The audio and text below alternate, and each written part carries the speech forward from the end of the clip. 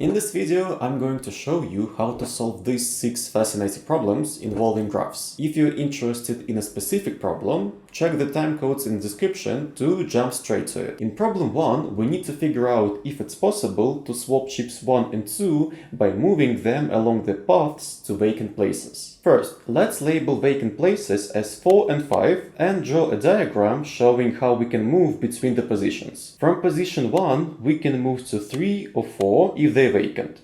From position 4, we can move to 1, already drawn, and 2. From 2, we can move back to 4 or to 5. Finally, from 5, we can move to 2 or to 3. What we've drawn is called a closed cycle. If we ignore the vacant positions 4 and 5, it becomes clear that the movements of the chips is very restricted. They can only travel along the edges of the graph, and they will always remain in the same order. To visualize this better, imagine the chips as beads on a thread. If you untangle the thread, you will see that the first bead can never move in front of the second one. And that's why it's impossible to swap chips 1 and 2. In problem 2, we are asked if it's possible to swap the white and black knights by making L-shaped moves to vacant squares on 3x3 chessboard. This problem is very similar to the first one. Let's label the squares from 1 to 9. Now, let's examine how a knight moves between positions. From square 1, it can move to 6 or 8. If it moves to 6, it can return to 1 or go back to 7. From 7, it can go back or move to 2. Notice a pattern. From each position, the knight always has 2 options: move forward or return. Continuing this pattern, from 2, the knight can go to 9. From 9 to 4, from 4 to 3, and from 3 to 8. Once again, we end up with the closed cycle. Now, replace 1, 3, 7, and 9 with the knights.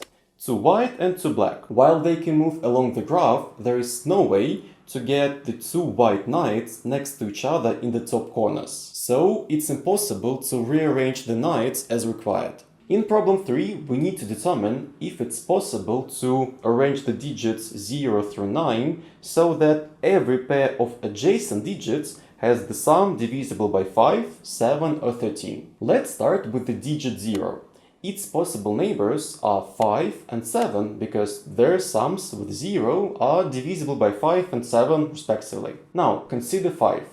It connects to 0, 2, 9 and 8 based on divisibility rules. Similarly, 7 connects to 0, 3, 8 and 6. We'll continue this process for all the digits, building a graph where each edge represents a valid pairing. Once the graph is complete, the question becomes: can we find a path that visits each digit exactly once? Yes, it's possible.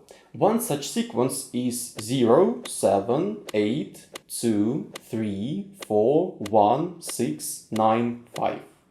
In problem 4, we have 50 computers, each needing exactly 8 connections to other computers. We need to find the total number of cables required. At first glance, it seems like we need to multiply 50 by 8. However, it counts each cable twice, once for each computer it connects. To get the correct answer, we need to divide by 2. So, the total number of cables is 50 times 8 over 2, which equals 200. If this division seems unclear, imagine cutting each cable in half. Each computer would have 8 half cables, or 400 in total. Gluing 2 halves together forms a single cable, leaving us with 200 cables overall.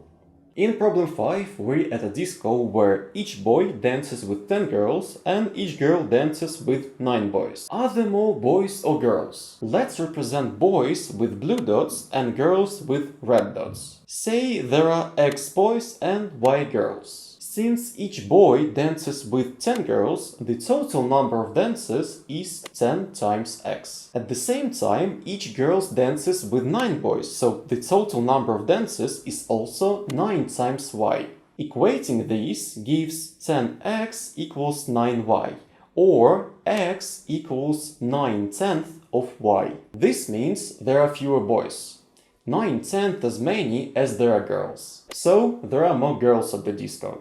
In problem 6, we have 7 cities, each connected by roads to at least 3 others. We need to prove it's always possible to travel between any 2 cities. Let's represent the cities as points labeled A through G. Assume, for contradiction, that there is no way to travel between 2 specific cities, say A and B. City A connects to at least 3 others, say C, D, and E. City B is also connects to at least 3 cities. By the pigeonhole principle, at least one of these cities must overlap, creating a connection between A and B, directly or indirectly. This contradicts the assumption, proving that all the cities are connected. That's all for today's video.